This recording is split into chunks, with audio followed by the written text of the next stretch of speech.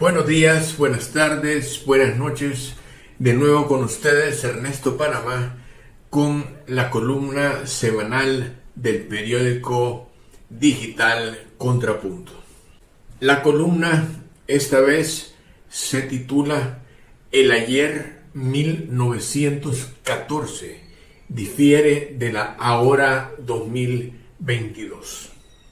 Una reseña histórica de acontecimientos de gran importancia mundial y que han afectado a toda la población del planeta. 1914 da inicio a la Primera Guerra Mundial y esta finaliza al firmar el Tratado de Versalles. La polarización política durante esta época, izquierda, derecha, capitalismo, comunismo, da inicio y se consolida la Revolución Rusa en 1917. Los vencedores de la Primera Guerra Mundial, Estados Unidos y el Reino Unido, se ensañan en contra de la nación alemana. El sufrimiento de esta nación facilita el surgimiento de lo que se conoció en 1920 como el nacionalsocialismo, del cual Adolfo Hitler toma control en 1921. El nazismo es considerado de derecha, anticomunista, antisemita y proclama a la raza aria como superior. Este se preparaba psicológica y armamentísticamente para vengarse de sus opresores. Ocurrida y finalizada la Segunda Guerra Mundial, Alemania es vencida, pero en esta ocasión entre los vencedores se encuentra la Unión de Repúblicas Soviéticas, los Estados Unidos. Así fue destruida la intención de consolidar el dominio nazi en el mundo. De entre los vencedores de la Primera Guerra Mundial, Estados Unidos y el Reino Unido contribuyen a financiar la reconstrucción y el rearme de la Alemania nazi. En 1939, tras 18 años de financiar el ascenso y consolidación de Hitler al poder, la ofensiva militar llamada Segunda Guerra Mundial da inicio y se extiende hasta 1945. La unión de Estados Unidos y la Unión de Repúblicas Socialistas Soviéticas fue necesaria para derrotar a Alemania.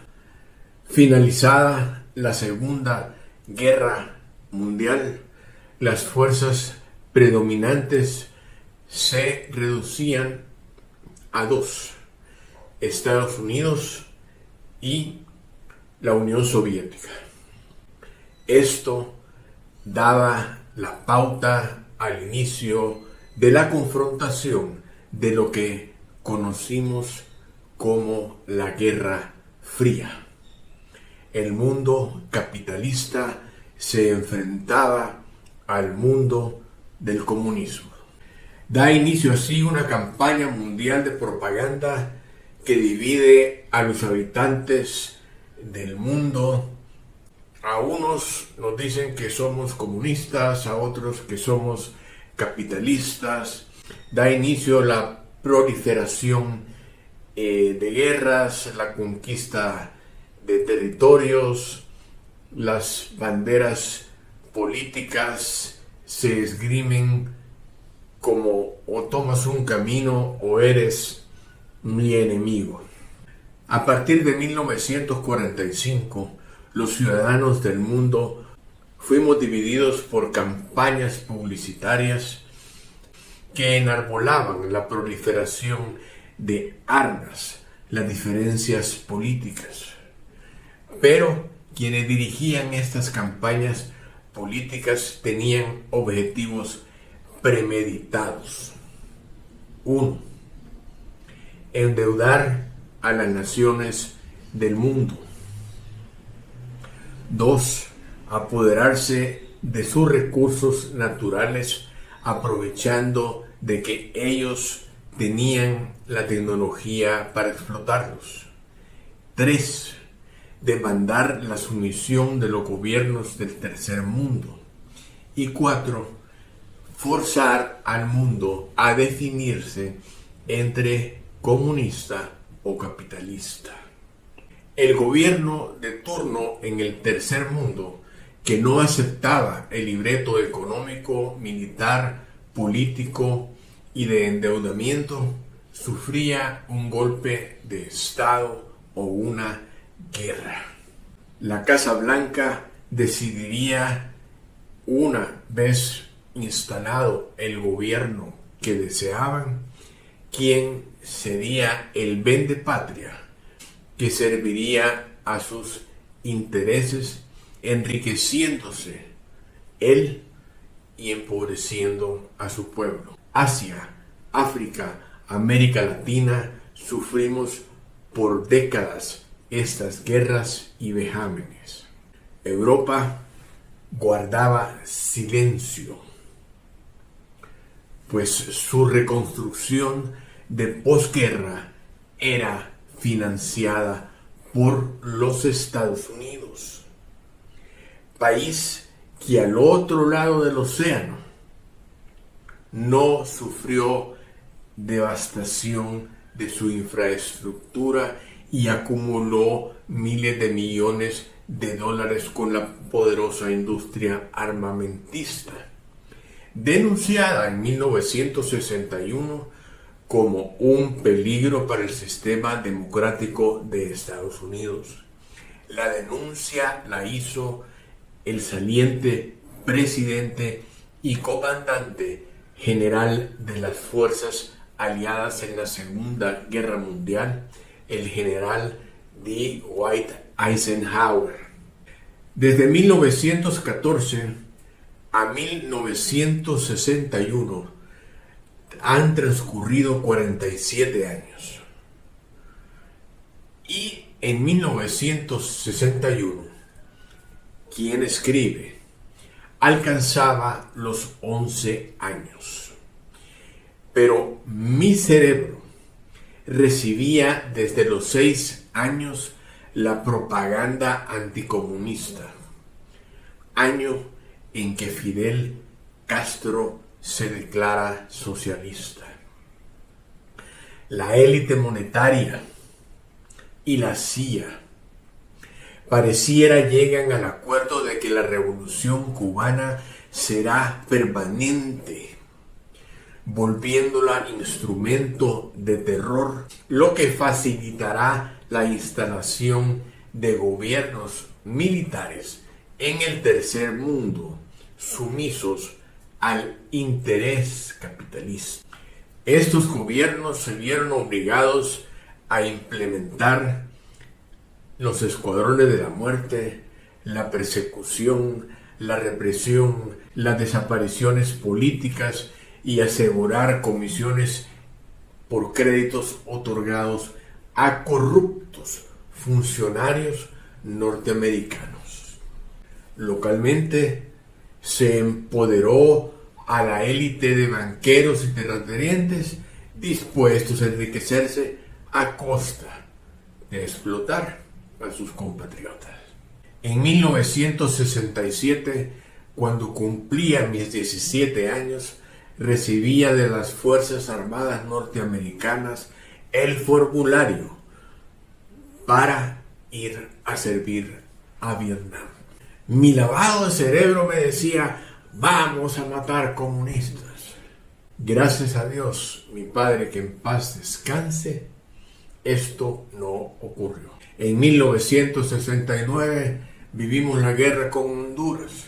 De 1970 a 1980 se desata la guerra terrorista en el Cono Sur.